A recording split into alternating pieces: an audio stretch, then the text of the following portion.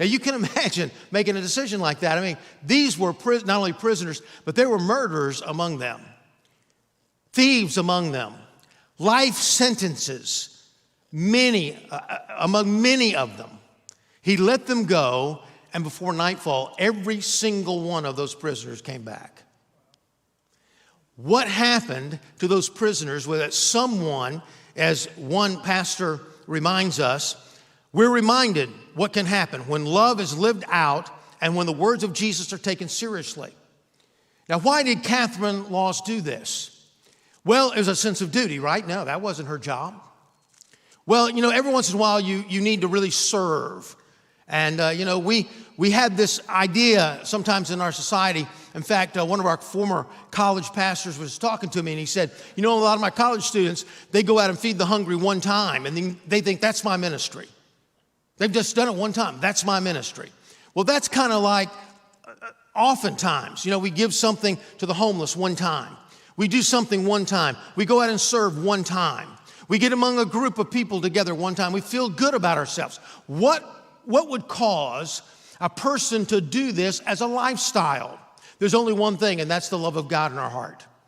And without that connection, we cannot consistently serve others without a heart of love.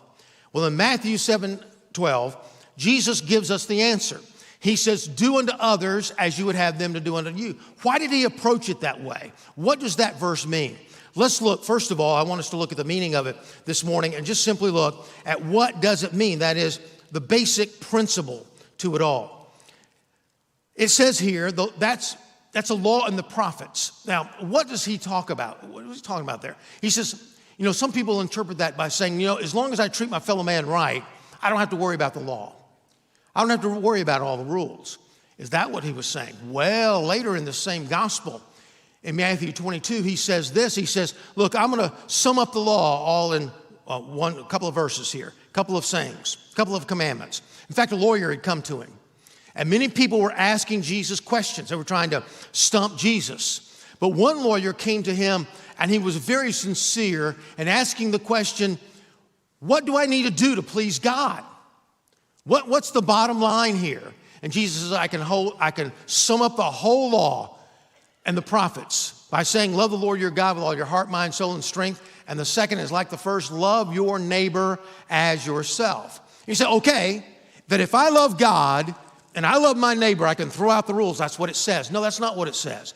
In fact, Jesus said in Matthew 5:17 and 18, he says, not one jot. In fact, I want to read that verse to you because I think it's important to us all to realize what Jesus is saying here. In verse 17 of chapter 5 in the Sermon on the Mount, do not think that I have come to abolish the law and the prophets. I have not come to abolish them, but to fulfill them.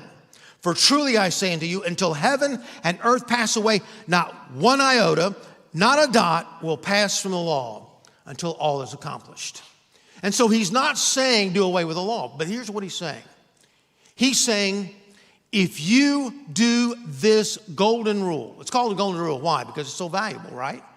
If you do this one thing, you will fulfill the law and the prophets, and you won't have to have your list of do's and don'ts. Why? Because it'll come from the heart, the overflowing heart of our life, of love toward God, love toward others. If you have those two things, you will automatically want to do what's right. You're going to want to find out what's right. And he says, what is right? He says, treat others as you would have them to treat you. Why would he approach it that way? Well, because of what we've read already in Philippians 2. We are basically selfish people. He says, don't do anything out of selfish ambition. Now, think about with me for just a moment. Paul is talking to Christians. He's talking to Christians at the church at Philippi, which, by the way, was a good church. And he was talking to them, and they had a schism going on between two ladies in the church. People were sort of dividing themselves up, and he says, don't do that. Don't do anything out of selfish ambition. Now, there's nothing wrong with godly ambition. But when it becomes selfish ambition, what can I do to get ahead? Get ahead of the next guy and really become successful. What can I do? I've got to protect myself. I've got to do this and do that. That, dear friends, is really the heart of sin. We've said like Two sides of a coin, pride, selfishness, pride, selfishness. Two sides of the same coin, and add them up together, and it's simply sin. We look at the fact that we're so selfish, really, and self-centered. That is more a politically correct way to say it, right? We are self-centered. When Adam sinned against God, he said, Lord, it's the woman that you gave me. It's your fault. And she said, Lord, it's the serpent that you made. Always kind of passing the buck along. The first thing a child learns, one of the first things he learns or she learns as she's a toddler is the word mine. It's mine, it's mine. We all are self-centered creatures in so many ways. And because of this, we look at others, we want others to serve us. He says, look, you treat other people the way you want to be treated. How do you want to be treated? You want other people to serve you. Look at the wealthy people of the world. They have servants. Now, oftentimes they pay them. That's a good thing. They have jobs. But nevertheless, they want servants. Kings and emperors, they have servants. They want people to serve them. If you and I were in a position to get everybody to do everything for us that we don't want to do, we would hire it done. We want other people to serve us. So Jesus is saying this. He says, as you have the desire to have others serve you, you serve them.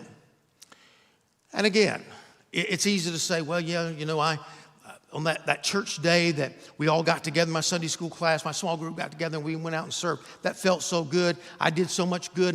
No, we're not talking about something every once in a while that you work yourself up to. We're talking about Catherine Law's type of ministry where it's every day. Why? It's every day. How come? Because you have a heart of love toward those that you are serving. And oftentimes we struggle with that. Why is that? Well, there's the old nature, selfish, self-centered, and then there's a godly nature, Christ-centered. And we're going back and forth. We're really right with God one day. Man, we've really studied the Word of God. We've really prayed. We've been in small group that week. We've been undergirded with encouragement, and we are so Christ-centered. I can't wait to share my faith. I can't wait to get out there and just see the needs, and I'm going to try to meet those needs. We're sensitive to that. On the other hand, we've had a bad day. We didn't read the Bible maybe, or maybe we had a devotional time that was very quick, and now all of a sudden we're worried about our time, our things, our money, our everything, because let's face it, to serve is inconvenient. It interrupts your life. And we know that. And so who can afford those kind of interruptions? Listen to what Ruth Harms Calkin wrote in a little poem. She said, "You know, Lord, how I serve you with great emotional fervor.